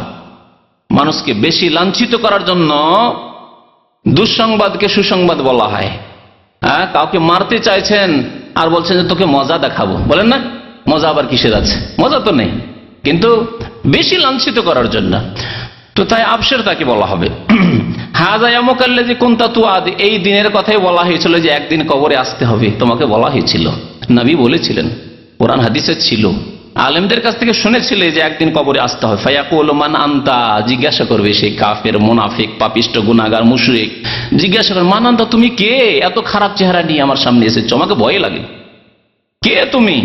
ফাওয়াজহুকাল ওয়াজহু ইয়াজিউ বিশশাররি, তোমার চেহারা তো আমার জন্য মনে হচ্ছে অমঙ্গল নিয়ে এসেছে, আমার জন্য সর্বনাশ ডেকে নিয়ে এসেছে। ফায়াকুলু আনা আমালুকাল খাবিস, আমি তোমার খবিস আমল, তুমি ফজরে শুয়ে থাকতে, তোমার শিরক, কবরে গিয়ে সিজদা করতে, কবরে গিয়ে খাসি মোরগ জবাই করতে, তুমি গীবত করতে, চুগলখড়ি করতে, তুমি বেঈমানি আত্মসাৎ করেছিলে মানুষের ধন দৌলত, টাকা পয়সা ইত্যাদিতে, তোমার খবি, তুমি মা বাবাকে কষ্ট দিয়েছিলে ইত্যাদি ইত্যাদি। আনা আমালুকাল খাবিস, আমি তোমার খবিস আমল, খারাপ নোংরা আমলগুলি যে দুনিয়াতে করেছিলে, তাই তুমি জিনা করেছিলে, তুমি মদ খেয়েছিলে, ওইগুলি আমাকে আল্লাহ তোমার কাছে পাঠিয়েছেন। ফায়াকুলু, তখন বলবে যে এই এখনই যে এই অবস্থা, তো বাকি যে কি হবে? তাই সে কি বলবে? কাফের, মুশরিক, গুনাহগার, পাপিষ্ট কি বলবে? রব্বে লা তুকিমিস সাআ, আল্লাহ কিয়ামত কায়েম করিও না, আল্লাহ যা হবে এখানে হোক, আল্লাহ কিয়ামত কায়েম করিও না। কিয়ামত কায়েম হলে পুলসেরাত, বিচার, হিসাব নিকাশ, সারা জীবনের বিস্তারিত হিসাব দিতে হবে, জবাব দিতে হবে, আর জাহান্নামে যেতে হবে, চিরকাল জাহান্নামে থাকতে হবে। রব্বে লা তুকিমিস সাআ, এই ছিল, এটি হচ্ছে বিস্তারিত হাদিস, যা বড় সংক্ষেপে আপনাদের সামনে পেশ করলাম, পুরোটাই পেশ করিনি, তবে কবরের জীবনের সাথে সম্পর্কিত কথাগুলি প্রায় চলে এসেছে। আর একটি হাদিস রয়েছে, যে হাদিস দ্বারা আমরা জানতে পারি যে একটি গুরুত্বপূর্ণ বিষয়, যারা মারা যায়, মারা যাওয়ার পরে তাদের আপনজনদের সাথে, পরিচিত ব্যক্তিদের সাথে দেখা সাক্ষাৎ হয় কিনা, অনেকেই প্রশ্ন করেন। এই হাদিসটি নাসাইতে রয়েছে, তাদের সাথে দেখা সাক্ষাৎ হয়, এই হাদিস প্রমাণ করে। নবী করিম সাল্লাল্লাহু আলাইহি ওয়াসাল্লাম এই হাদিসে বলেছেন যে যখন মুমিনের মওতের সময় চলে আসে, তখন রহমতের ফেরেশতা আসামু আলাইহি, মুমিনদের আত্মার কাছে, যেখানে কারো বাবা রয়েছে, কারো মা আগে চলে গেছে, ইন্তেকাল করেছে, রয়েছে দাদা দাদি রয়েছে, নানা নানি রয়েছে, ভাইয়েরা রয়েছে, আত্মীয় স্বজন রয়েছে, কারো স্ত্রী রয়েছে, কারো স্বামী রয়েছে, হয়তো স্ত্রী আগে মারা গেছে, স্ত্রী আগে আছে, পরে স্বামী যাচ্ছে, অথবা স্বামী আগে মারা গেছে, স্বামী চলে গেছে, আর এই বিধবা ইন্তেকাল হওয়ার পরে যাচ্ছে, আপনজনদেরকে পেয়ে গেছে। আর ওয়াহুল মুমিনিন, যদি মুমিন হয় আর নেক আমল থাকে, তাহলে গিয়ে সাক্ষাৎ হচ্ছে ওখানে। বলছেন নবী করিম সাল্লাল্লাহু আলাইহি সাল্লাম এই হাদিসে, যে তারা এত খুশি হয় যে যেমন দীর্ঘদিন কেউ যদি বিদেশে থাকে, অনেকে এখানে প্রবাসী জীবনে, আমরা প্রবাসী জীবনে 5 বছর, 7 বছর, 10 বছর, আমাদের কয়েক ভাই এখানে গেল, ছুটি গেল 10 বছর পরে, 10 বছর পরে দেশে যদি যায়, মা কত খুশি হবে, বাবা কত খুশি হবে, ভাই বোন কত খুশি হবে, কত খুশি হবে। দুনিয়াতে যে খুশি হয় দীর্ঘদিন পরে দেখা সাক্ষাতে, আপনজনের সাথে, বন্ধুদের সাথে, আত্মীয় স্বজনের সাথে দেখা সাক্ষাতে, তার চাইতে বেশি খুশি হবে ওই মুমিন আত্মারা, মুমিনদের যে রূহ রয়েছে, তারা খুব খুশি হবে একে পেয়ে। ফায়াসআলুনাহু, জিজ্ঞাসা করবে, যখন দুনিয়া থেকে আসলে নতুন নতুন এসেছে, জিজ্ঞাসা করে মাজা ফাআলা ফুলানুন, আচ্ছা আমাদের গ্রামের ওই যে একজন বৃদ্ধ ছিলেন, ওনার কি খবর, আর ভাইগুলির কি খবর, আরো যে আমাদের ভাই ছিল, ভাইয়ের কি খবর, অমুক ব্যক্তির কি খবর, অমুক মহিলার কি খবর, আমার দাদির কি খবর, ইত্যাদি ইত্যাদি, আমার বাবার কি খবর, কি বল আমার ছেলের কি খবর, আমার মেয়ের কি খবর, আমার নাতির কি খবর, এই জিজ্ঞেস করবে। অমুক সাহেবের কি খবর, অমুক নেতা চেয়ারম্যানের কি খবর, অমুক এমপির কি খবর। বলছে আরে ও তো মারা গেছে, মারা গেছে। বলছেন নবী করিম সাল্লাল্লাহু আলাইহি ওয়াসাল্লাম, ফায়াসআলুনাহু, ওই আত্মারা জিজ্ঞাসা করে, মাযা ফাআলা ফুলানুন ফুলানুন, অমুক অমুকের কি হয়েছে, মাযা ফাআলা ফুলান, ফায়াকুলুনা দাউহু, তারা আবার আপোষে একে অপরকে বলতে লাগবে যে এত তাড়াহুড়া করিও না, এখন ছাড়ো, একটু আরাম তো করতে দাও।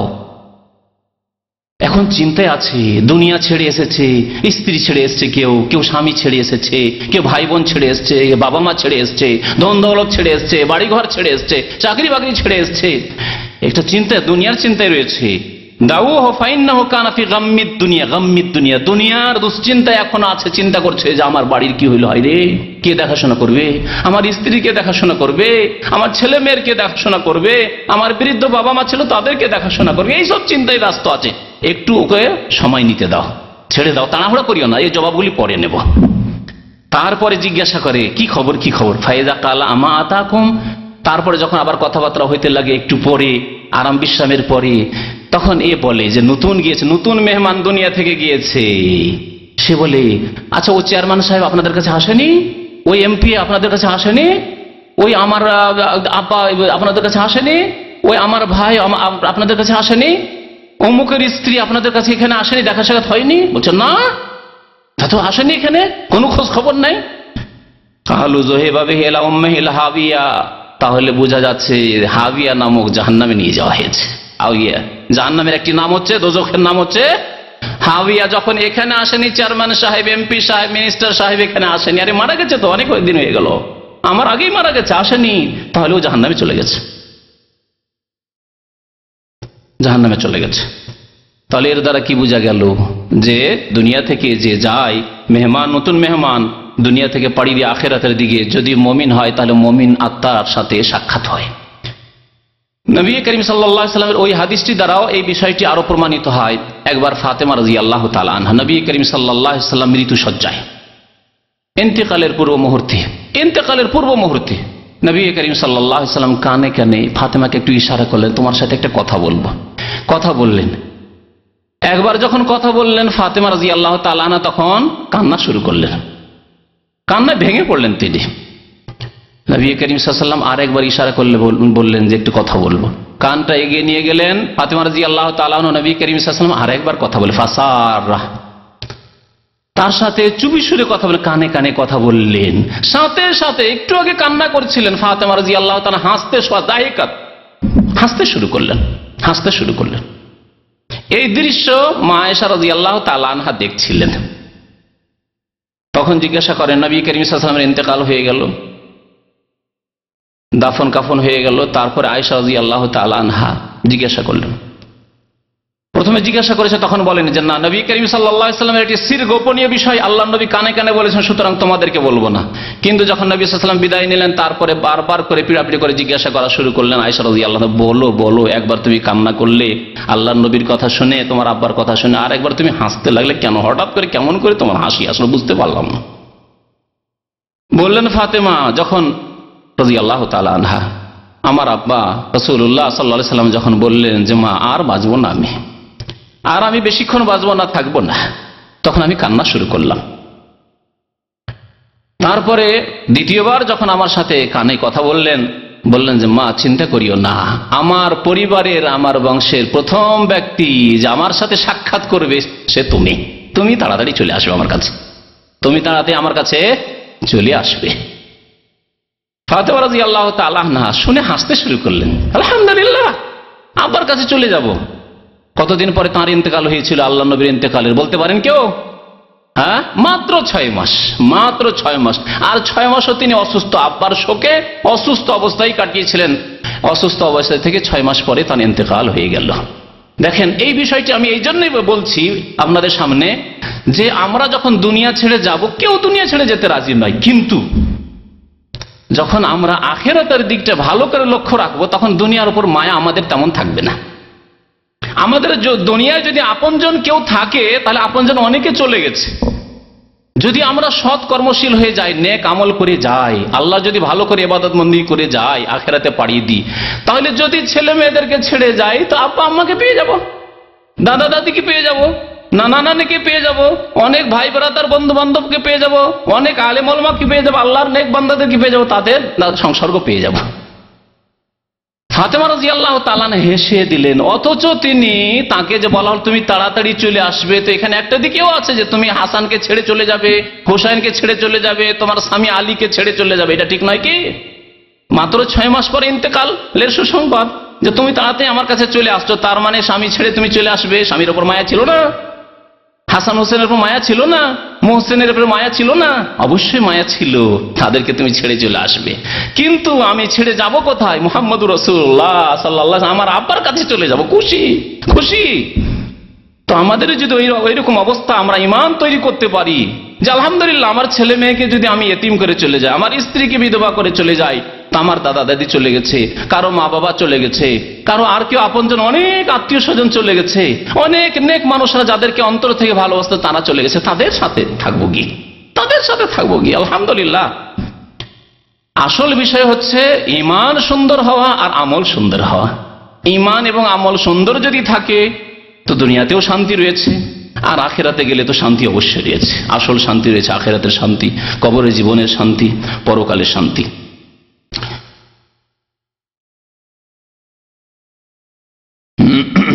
এই হাদিসটি নাসাইতে রয়েছে।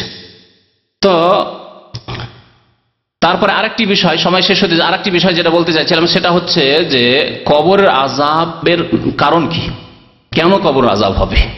নবী করিম সাল্লাল্লাহু আলাইহি সাল্লামের একটি হাদিসে রয়েছে এর মুখ্য কারণ শিরক।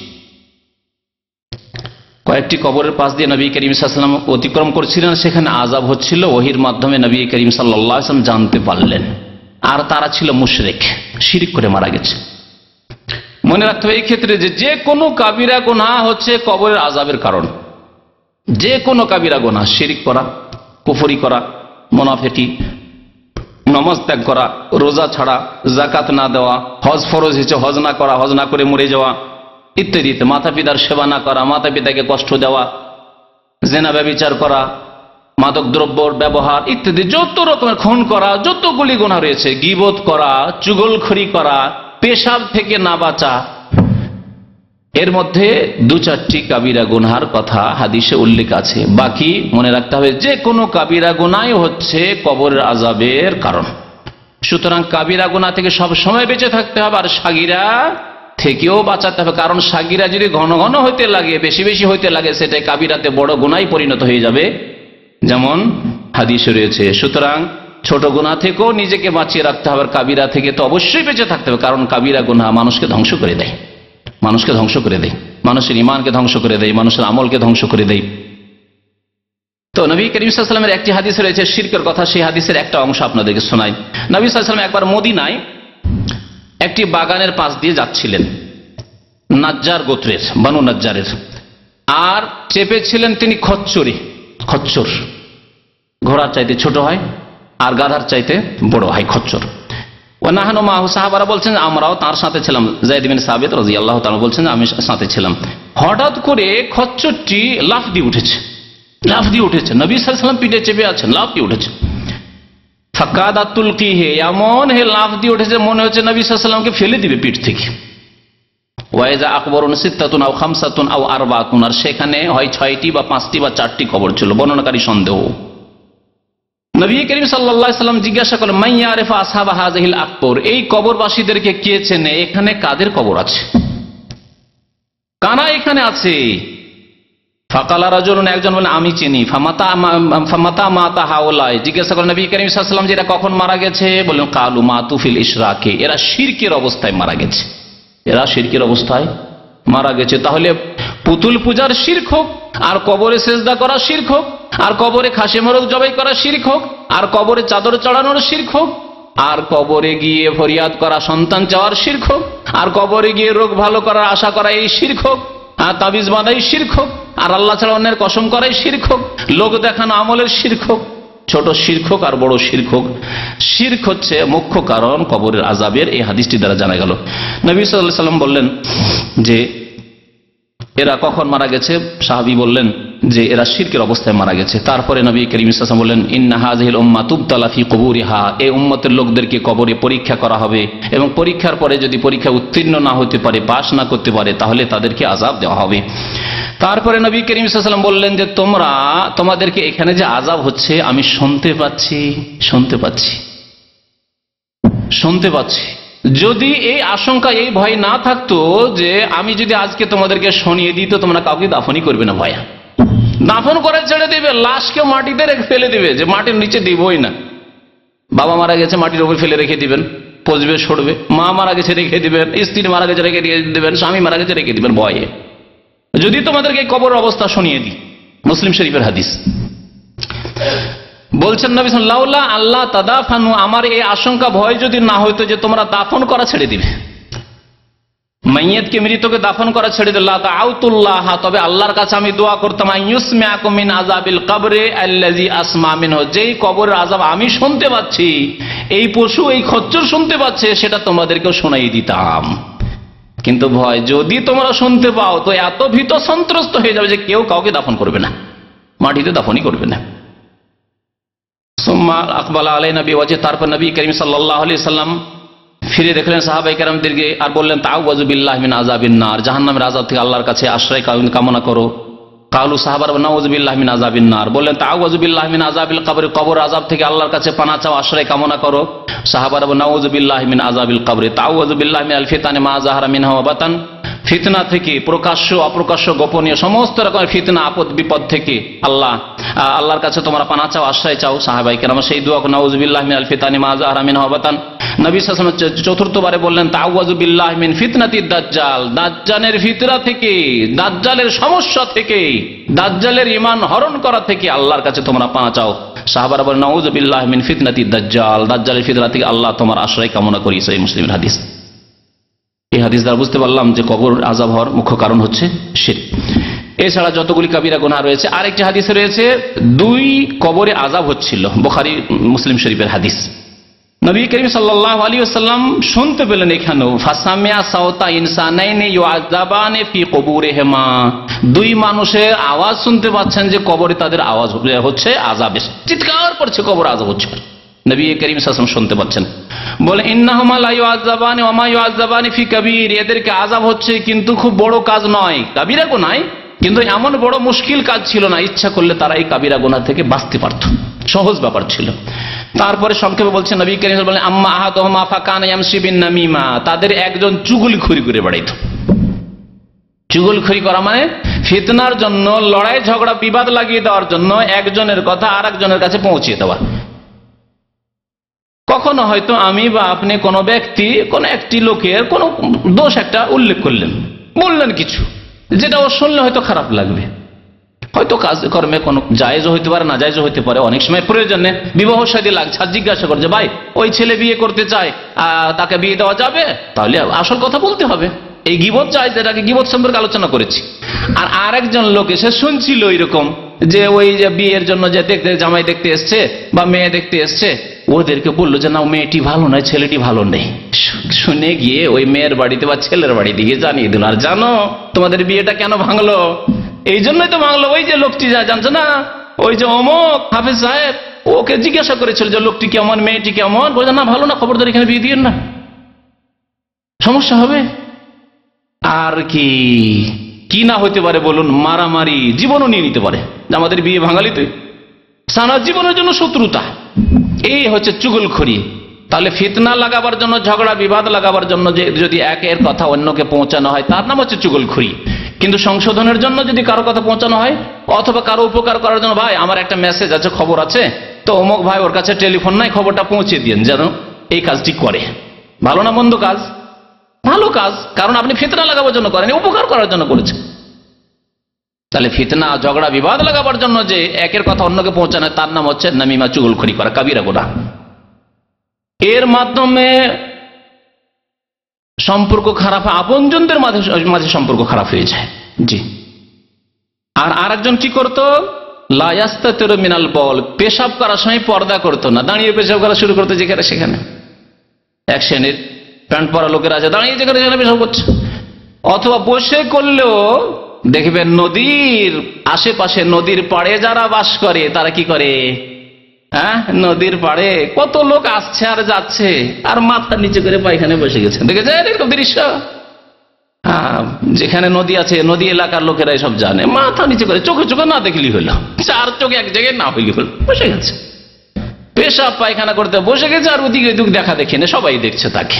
যেটি হচ্ছে কাবিরা গুনাহ, কবর আযাবের কারণ। পেশাবের সময়, পায়খানার সময় পর্দা করতো না।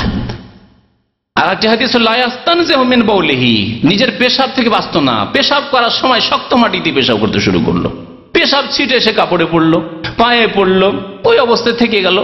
নামাজ পড়লো, ওই অবস্থায় তো নামাজ পড়লো। আর যারা বেনামাজি তাদের তার পরোয়াই নেই, যারা নামাজ পড়ে না তাদের তার পরোয়াই নেই যে পেশাব গায়ে পড়লেই কি আর কাপড়ে পড়লেই কি, বরং তাদের প্যান্ট খারাপ থাকলেই সুবিধা, তাই না? তাদের কাপড় খারাপ থাকলেই সুবিধা। কারণ আমাদের দেশের বেনামাজিরা কুটুম বাড়ি গেলে, আত্মীয় স্বজনের বাড়ি গেলে যদি নামাজি বাড়িতে যায়, দিনদার বাড়িতে, আমি দেখেছি আমার এক চাচাতো মামা, দূরের মামা, কোনো কাজে এসছে, আর আমার আব্বা খুব শক্ত মানুষ ছিল, ও পানি দিবেই দিবে, যতই বেনামাজি হোক পানি দিতে হবে। আমাদেরকে হুকুম করতে পানি দিয়ে আসো, পানি দিতে মামা নামাজ পড়বো না, আমাকে তো বলেই দিল আমি নামাজ পড়বো না। আমার আব্বা বলছে নামাজ পড়েন, বলছে কাপড় খারাপ। তো বেনামাজিদের আমাদের দেশে কাপড়ই খারাপ থাকে সব সময়, মহিলাদের তো মাসে 5 দিন খারাপ থাকে, আর বেনামাজিদের সারা মাস সারা জীবন খারাপ থাকে, সারা জীবন খারাপ থাকে এদের, ঠিক না? সব সময় বলবে যেখানে যাকে না নামাজ পড়ো, বলছে কাপড় খারাপ, এদের কাপড় সবসময় খারাপ থাকে, কি বইতে থাকে আল্লাহ জানে।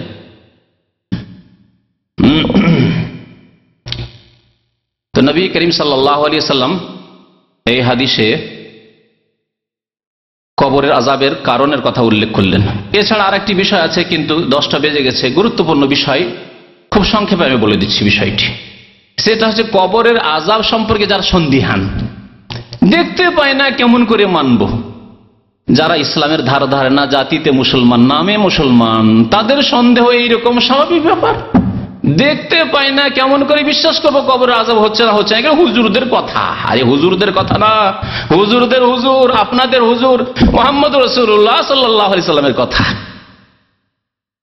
যাকে কাফের আবু জাহাল, আবু লাহাব যারা ঈমান নিয়ে আসেনি, তারাও বলেছিল as-সাদিক আল-আমিন, চিরসত্য এবং বিশ্বস্ত, তারা এই উপাধি দিয়েছিল মক্কার কাফেররা। যদি কালেমা লা ইলাহা ইল্লাল্লাহ তারা তিনি না নিয়ে আসতেন তাদের কাছে, তাহলে তারা তাকে সাদেক আমিন এই উপাধি দিয়েছিল, এবং টাকা পয়সা আমানত সব জমা রাখতো নবী করিম সাল্লাল্লাহু আলাইহি ওয়াসাল্লামের বাড়িতে। তিনি বলেছেন। তো এই বিষয়টি খুব সংক্ষেপে বলে দিচ্ছি, এই সন্দেহ কেমন করে দূর করে।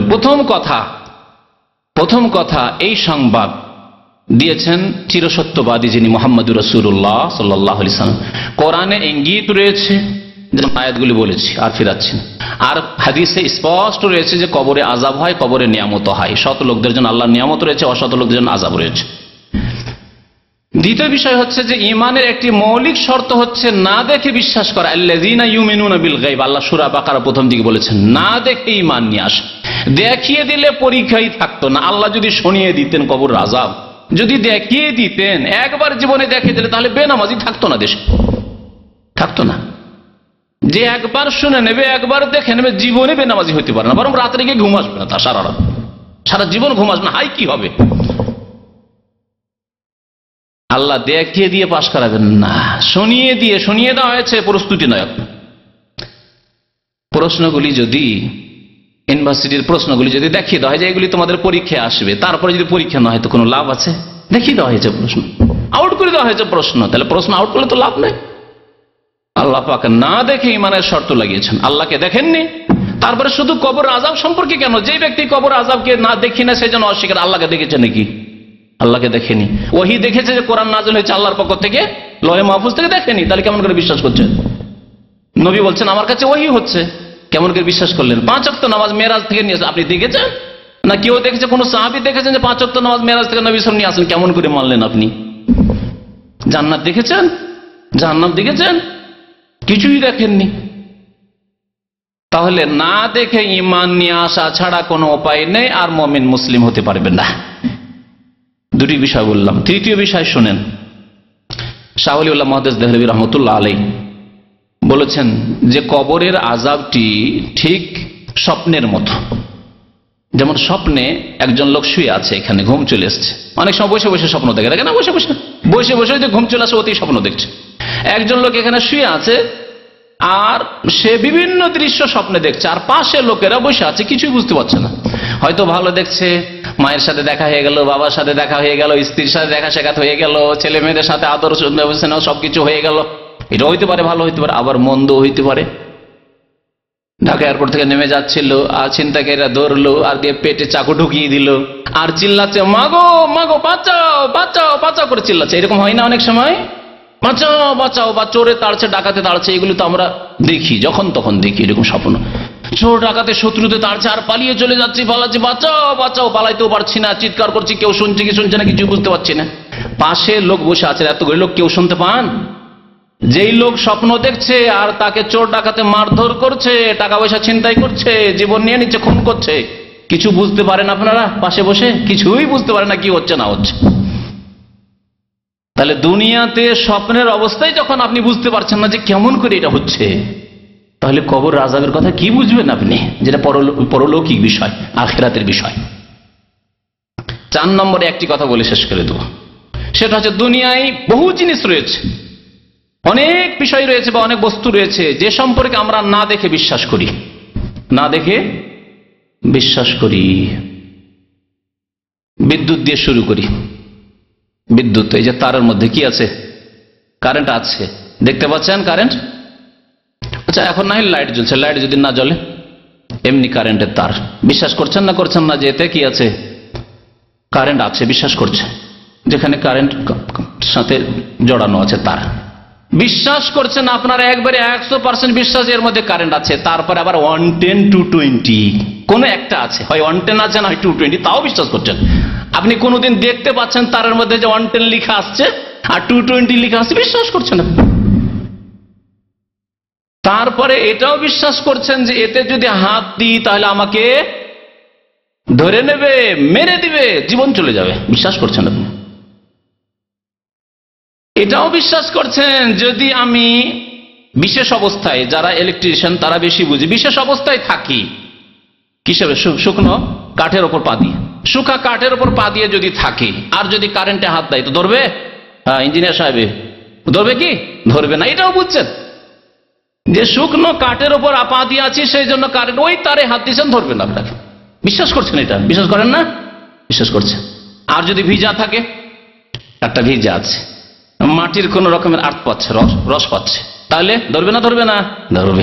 এগুলো সব কথা বিশ্বাস করছেন মানুষের তৈরি করা বিদ্যুৎ সম্পর্কে, আর আল্লাহ পাকের তৈরি করা কারখানা, কবরের দৃশ্য আর আখিরাতের দৃশ্য, সে সম্পর্কে আপনি ঈমান নিয়ে আসবেন না, আর এমনিতেই মুসলমান হয়ে যাবেন আপনি। তাহলে দুনিয়ার বহু ক্ষেত্রে আমরা বিশ্বাস করি।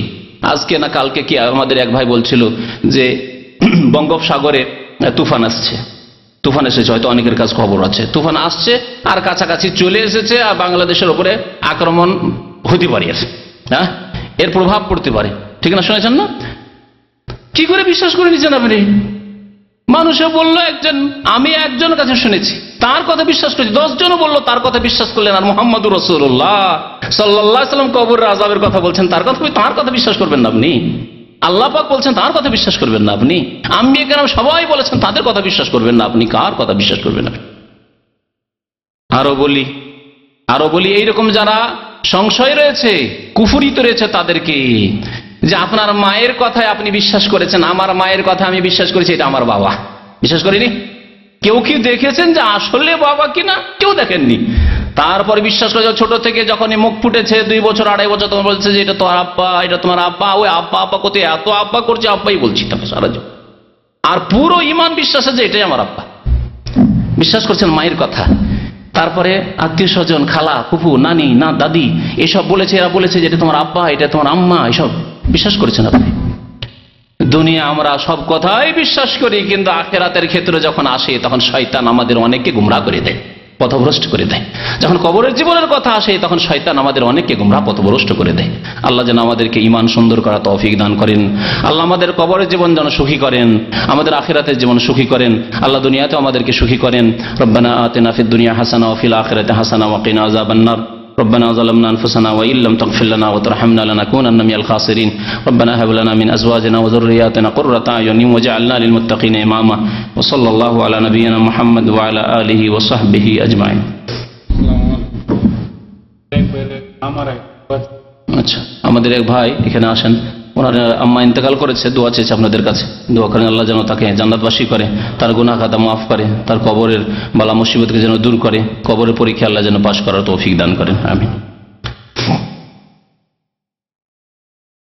এমন কোন স্থান আছে কি যেখানে কবর দিলে আযাব হয় না? জানা নেই এমন। তবে মদিনায় ইন্তেকালের ফজিলত রয়েছে, কিন্তু বেআমলদের জন্য নয়। যাদের আমল, সৎ আমল রয়েছে, অতিরিক্ত মদিনায় যদি ইন্তেকাল হয় তো তার ফজিলত রয়েছে। জি, মদিনার ফজিলত সম্পর্কে ইনশাআল্লাহ তার বিস্তারিত বক্তব্য করব। আর বাকি এমন কোন স্থান নেই যে স্থানে কবর দিলেই আযাব হবে না, না, এমন কিছু নেই।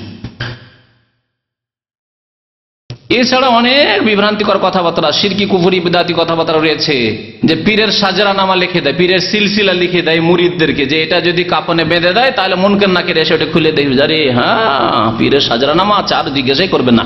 মান রাব্বুকা মা দীনুকা, মান নবী জিজ্ঞাসা করবে না। এইসব কথাবার্তা রয়েছে পীরতন্ত্রে।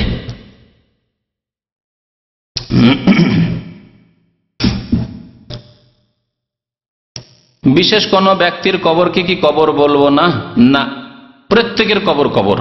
আমি একটি বিষয় আছে, দীর্ঘদিন আগের আলোচনা আছে, নবী করিম সাল্লাল্লাহু আলাইহি ওয়াসাল্লামের কবরকেও সাহাবায়ে কেরাম সবাই কবর বলতেন।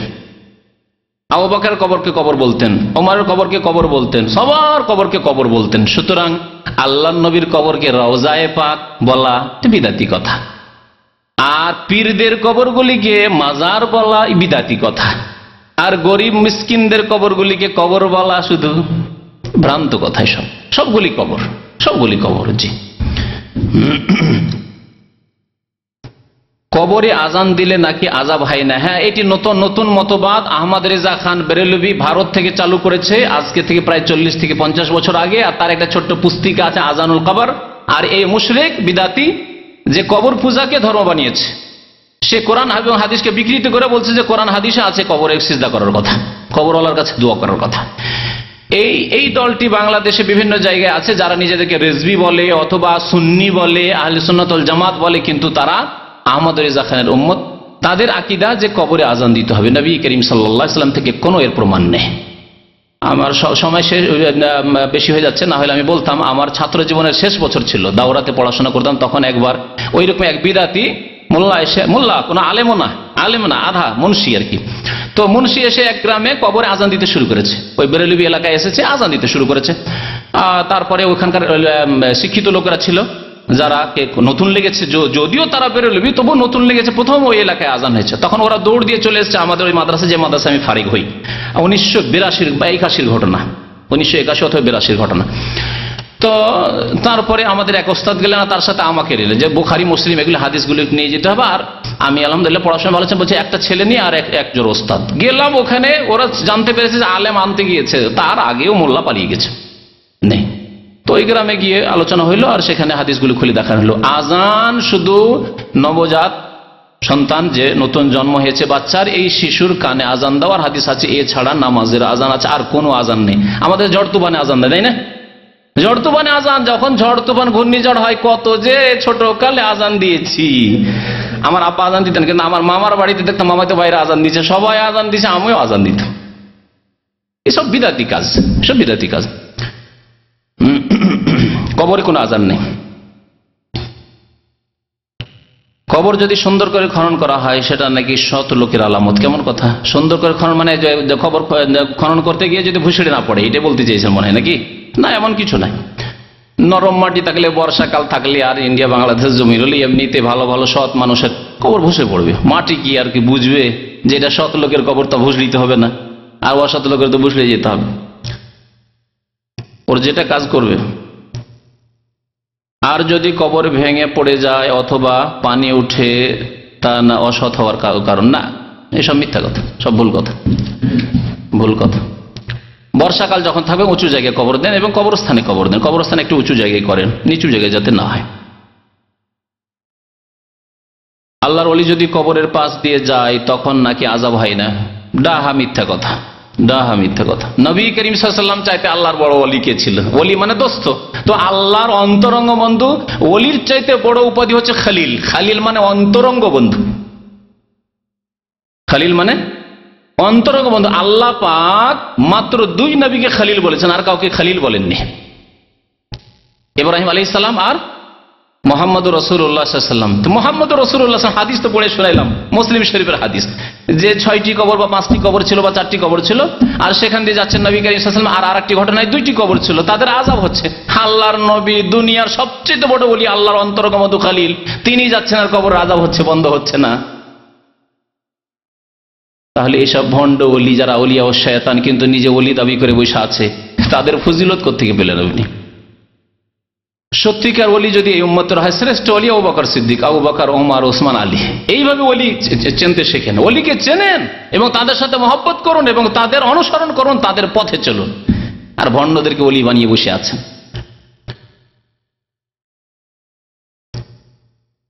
যারা কবর খনন করবে তাদের কি গোসল করতে হবে? কবর খনন করার ক্ষেত্রে নেই, যারা গোসল দিবে, একটি হাদিস আছে যারা গোসল দিবে তারা গোসল করবে, এই গোসল করা সুন্নাত। জি। যদি কেউ কবরের পাশে কাঁচা ডাল বা গাছ লাগিয়ে দেয় তাহলে কি আযাব কম হবে? না।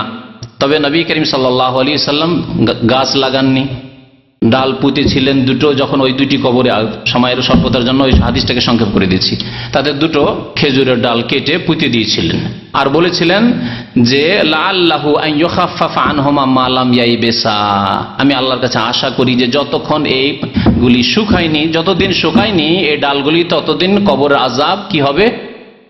শেষ হয়ে যাবে না, ইউখাফফিফ, হালকা হবে বলেছিলেন। তারপরে যতদিন শুকায়নি বলা হচ্ছে কেন? কে বলছে যে তসবিহ তাহলিল করতে আছে সেজন্য? এটা নিজের আবিষ্কার, নবী সাল্লাল্লাহু আলাইহি ওয়াসাল্লাম কথা বলেননি, কিন্তু এটা নিজের আবিষ্কার। অনেকে এই ব্যাখ্যা করতে চেষ্টা করেছে যে যেহেতু ডাল তসবিহ করছে সেজন্য যতক্ষণ তসবিহ হইতে থাকবে ততক্ষণ কি হবে? আযাব হালকা হবে। আপনাদেরকে একটা জিজ্ঞাসা করি এর খণ্ডন করার জন্য, শুধু কাঁচা জিনিসই তসবিহ করে, শুকনা জিনিস তসবিহ করে না? বলুন। আল্লাহ কোরআনে কি বলেছেন? ওয়াইন মিন শাইইন ইল্লা ইউসাব্বিহু বিহামদি, পৃথিবীতে যে কোনো বস্তু, তো বস্তু শুকাও হয় কাঁচাও হয়, তাহলে এই পিলারও তসবিহ করছে, মাইকও তসবিহ করছে, স্ট্যান্ডও তসবিহ করছে, লাইটও তসবিহ করছে, মানুষও তসবিহ করছে, জিনও তসবিহ করছে, ঘড়িও তসবিহ করছে, চন্দ্র সূর্যও তসবিহ করছে, পাহাড় পর্বত শুকনো পাথর তাও তসবিহ করছে। ওয়াইন মিন শাইইন ইল্লা ইউসাব্বিহু বিহামদি, শুকা ডালও তসবিহ করছে, কাঁচা ডালও তসবিহ করছে, পাতাও তসবিহ করছে, শুকা পাতাও তসবিহ, সব তসবিহ করছে, কাপড়ও তসবিহ করছে। আল্লাহর কথা এটি সত্য। ওয়াইন মিন শাইইন ইল্লা, আর সত্য কেন? নবী করিম সাল্লাল্লাহু আলাইহি ওয়াসাল্লামের হাতে মুঠে, এটি একটি মুজিজা, নবী সাল্লাল্লাহু আলাইহি ওয়াসাল্লামের হাতে মুঠে নিতেন নবী সাল্লাল্লাহু আলাইহি ওয়াসাল্লাম এই পাথরগুলি, পাথর হাতে নিতেন আর তসবিহ শুনতে পেতেন নবী সাল্লাল্লাহু আলাইহি ওয়াসাল্লাম, সুবহানাল্লাহ সুবহানাল্লাহ সুবহানাল্লাহ, আল্লাহু আকবার। এই হচ্ছে নবী সাল্লাল্লাহু আলাইহি ওয়াসাল্লামের মুজিজা। তাহলে পাথরে কি রস আছে নাকি? পাথরে তসবিহ নবী সাল্লাল্লাহু আলাইহি ওয়াসাল্লাম শুনতে পেতেন।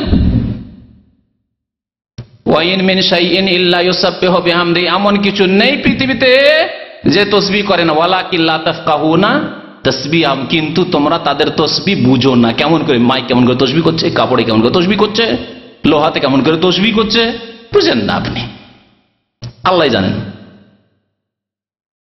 তাহলে বোঝা গেল যে এই তসবিহর কারণে কবর আযাব হালকা হয়েছে, এই ব্যাখ্যা ভুল ব্যাখ্যা। বোঝা গেল না? তাহলে কি সহি ব্যাখ্যা কি? তাহলে সেটা শুনেন। সহি ব্যাখ্যা হচ্ছে যে যেহেতু এরা গুনাহগার, সেজন্য চিরকাল কবর আযাব হালকা হবে না। তো নবী করিম সাল্লাল্লাহু আলাইহি ওয়াসাল্লাম দোয়া করলেন এবং যে ডাল গেড়ে দিলেন, এই যে কদিন ডালটা শুকা থাকবে সে কদিন হালকা থাকবে, তারপরে কবর আযাব তাদের যেহেতু কাফফারা হইতে হবে, পাপ করেছে, পাপের শাস্তি পেতে হবে না, যে পাপের শাস্তি আবার চলতে থাকবে, তারপরে পাপ শেষ হয়ে গেলে তখন মাফ হয়ে যাবে। পাপের শাস্তি যখন শেষ হয়ে যাবে তখন মাফ হয়ে যাবে, হালকা হয়ে যাবে।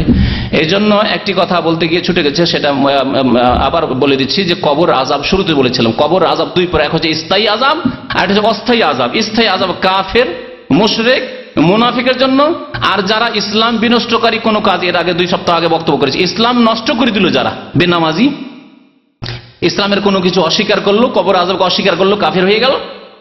জি, এইরকম যারা কুফরি কাজ করলো, নামাজ ছেড়ে দিয়ে কুফরি কাজ করলো, তাদের জন্য চিরকাল আযাব হবে। আর বাকি যারা এমনি অন্য গুনাহগার, কাবিরা গুনাহ, তাদের চিরকাল কবর আযাব হবে না, দীর্ঘকাল হবে, কারো এক কাল হবে, কিছু কাল হবে, তারপরে যখন তার গুনহার তার শাস্তি হয়ে গেছে তখন তাকে সাধারণ অবস্থায় ফিরিয়ে দেওয়া হবে। মুমিন যেহেতু, তখন আর কবর আযাব হবে না, কবর আযাব বন্ধ হয়ে যাবে। এই হচ্ছে দ্বিতীয় প্রকার কবর আযাব। আল্লাহ যেন আমাদেরকে বোঝার এবং আমল করার তৌফিক দান করেন। আল্লাহ পাক রব্বুল সহি রাস্তায় আমাদেরকে চলার জন্য তৌফিক দান করেন। আল্লাহ পাক রব্বুল আলামিন যেন দুনিয়ায় সুখী করেন, আখিরাতে সুখী করেন। সুবহান রাব্বিকা রাব্বিল ইজ্জাতি আম্মা ইয়াসিফুন ওয়া সালামুন আলাল মুরসালিন ওয়ালহামদুলিল্লাহি রাব্বিল আলামিন।